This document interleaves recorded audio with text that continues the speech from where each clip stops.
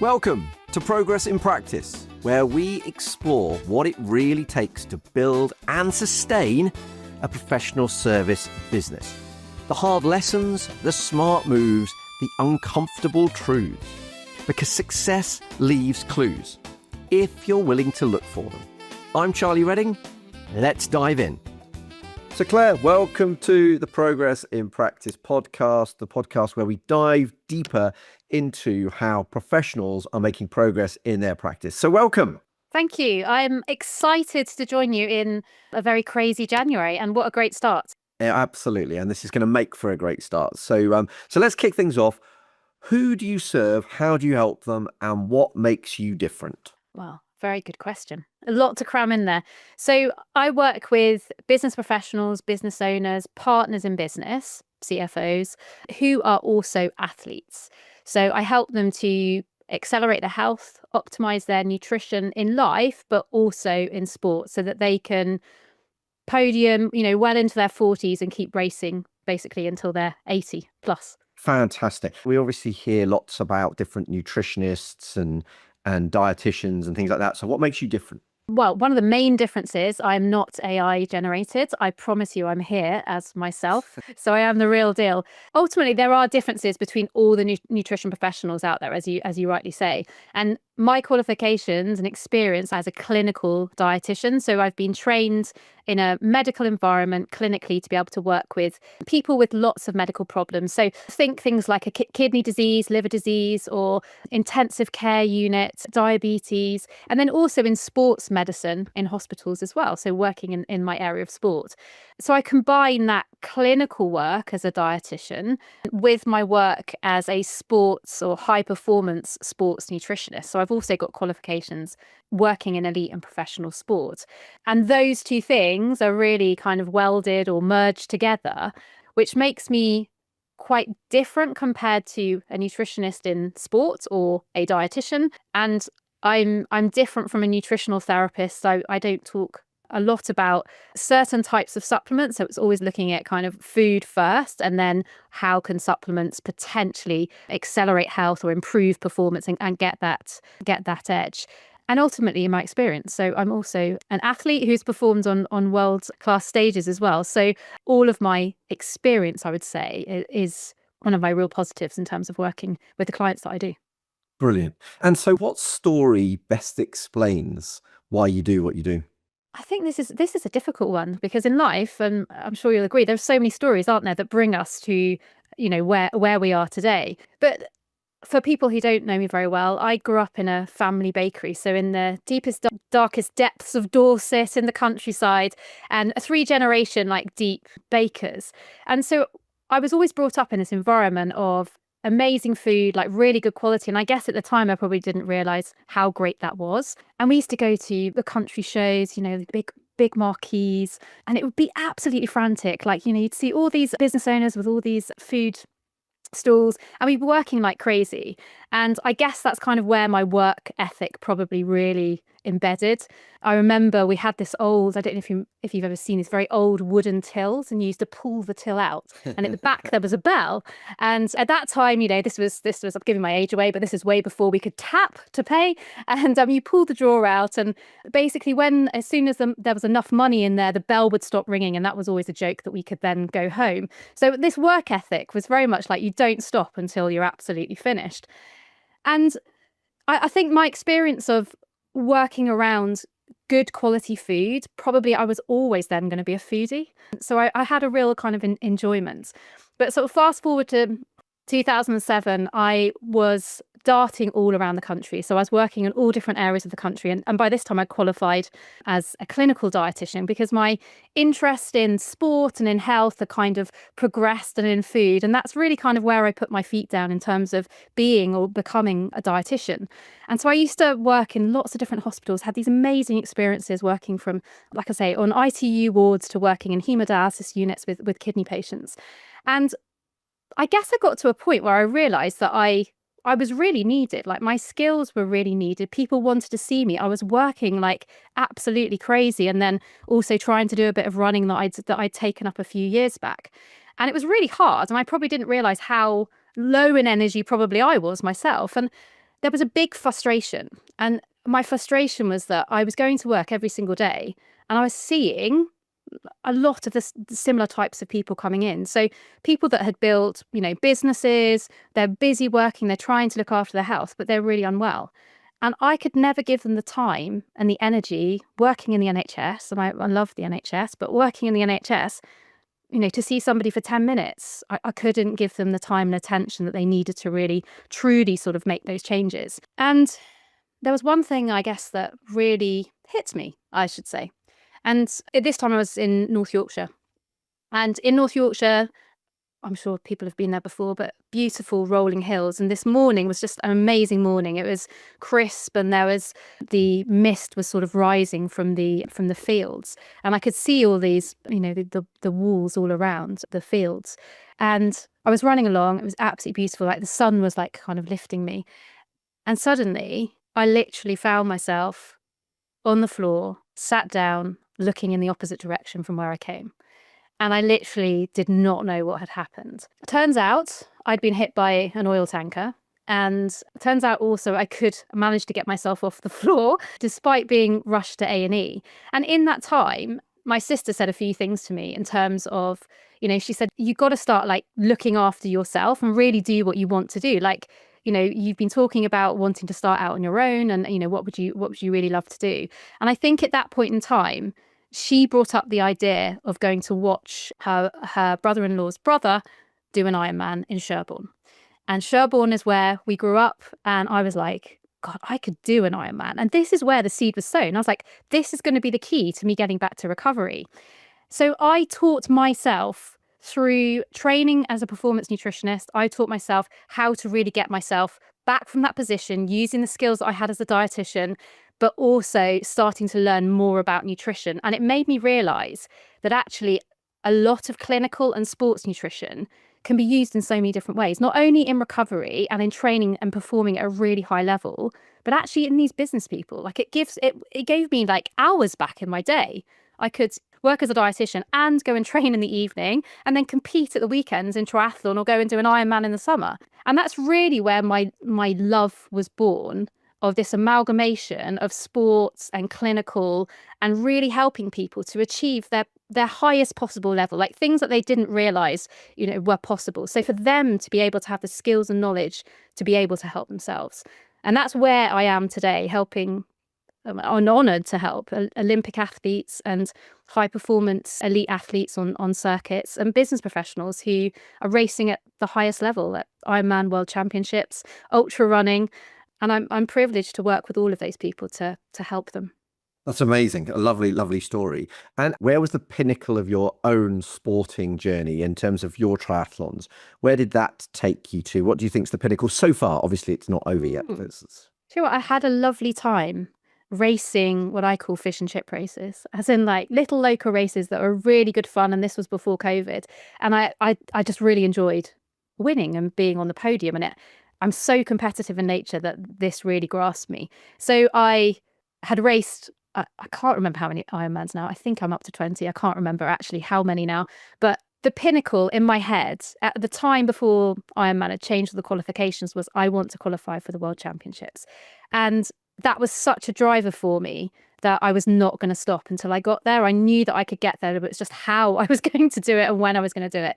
So my pinnacle probably was in 2022 when I raced the Ironman World Championships.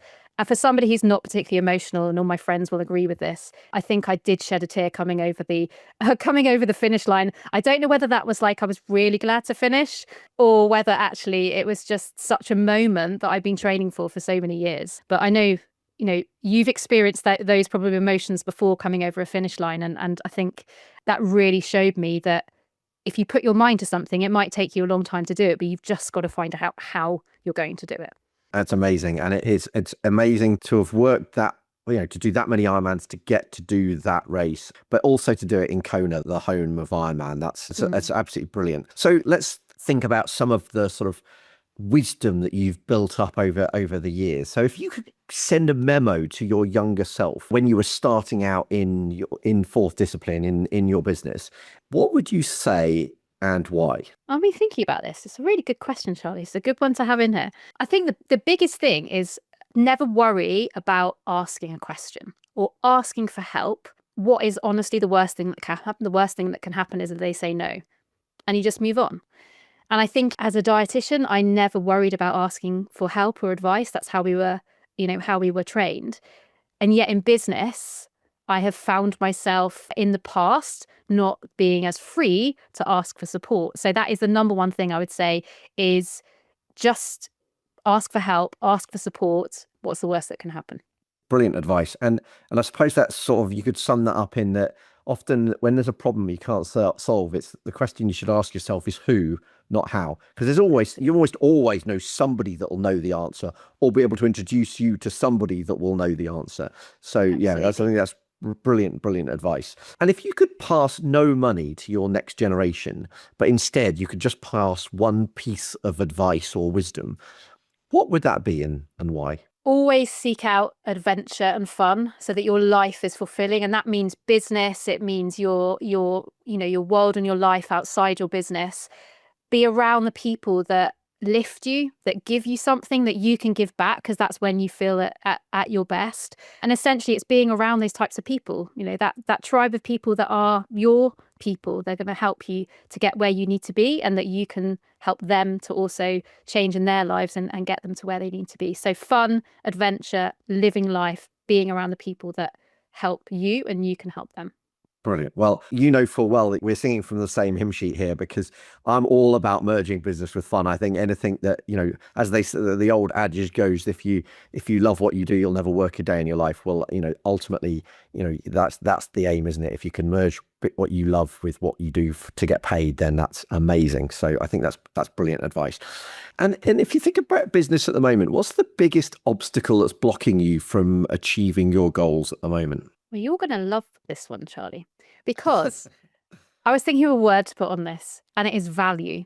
Value of what I do, especially in a world of fast-paced AI. So I think there are some advantages, and there are certainly big advantages to working in my space of nutrition in the world of AI and how that can help you. But I think there is a question around my value over the value of just searching it out online. Oh, interesting. And how do you think you're going to tackle that challenge of delivering value over and above what people can get through AI? So one, embracing AI where I need to use it in my business. So number one, I certainly believe the people who think, well, AI is taking over our role and give up, they're never going to get to where they need to be. I think it's finding the AI that's going to help you. So maybe on the kind of back end tasks, I'm already using certain things to help me free up time so I can help more people, but also finding the right type of clients who actually may read, they may use AI, they may, have read books or listened to coaches or whatever, but ultimately people always need people, whether that's interpretation and really putting the pieces of the puzzle together.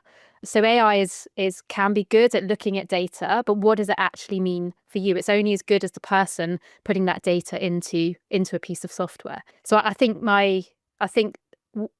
where kind of my area of looking at this comes from is the people that have maybe used AI and had problems using AI and still haven't solved their problem. I think this is interesting, isn't it? So your solution to fighting the AI problem is to utilize AI yourself. But I absolutely agree with what you're saying, because what you're saying is, you're not saying I'm going to get AI to do all of the work for me. What I'm going to do is I'm going to use AI to help me accelerate what I can do as an expert, as a specialist. And essentially, the way I've heard it said is you digitalize the repetitive and humanize the exceptional. And that's what you're doing. You're freeing yourself up to do what you do best through the power of AI. And I think that's fantastic. In fact, as you probably know, we have the Trusted Team has a course called the AI Advance.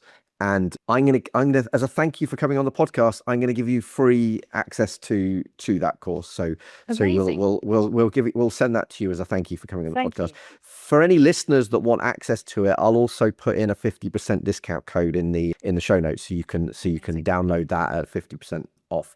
And Claire, that I love books and coaching and frameworks and documentaries and all that sort of stuff. But what, resource like a book or anything like that have you found has helped you on your journey, and how is it visible in your business today? I think so. Thanks actually to you, and some of the coaching that I've had through you is actually I've become okay with not necessarily reading a book. So when it comes to business books, I'm okay with listening, and I crack through a couple of books, whether I'm listening when I'm on my turbo or traveling somewhere. So whilst I like to listen to books and business books and books that kind of widen my knowledge and thinking, when you ask me this question, I'm thinking actually of the people. So I like to have that kind of human experience, like listening to and working with people, but almost backing up some of that with books and learning. So my first experience actually of frameworks was with one of my first business coaches. So Jason Langford Brown was my first business coach.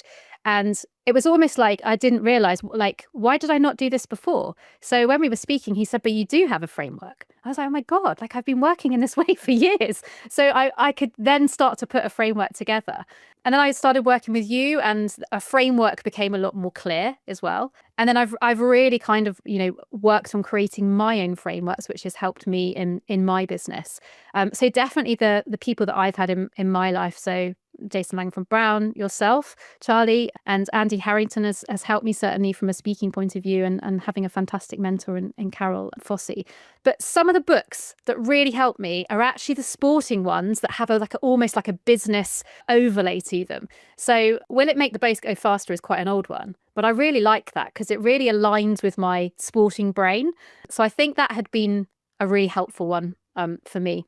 It's a good book, and it's a really good book that I referred to, particularly when I was selling my financial planning business, Efficient Portfolio.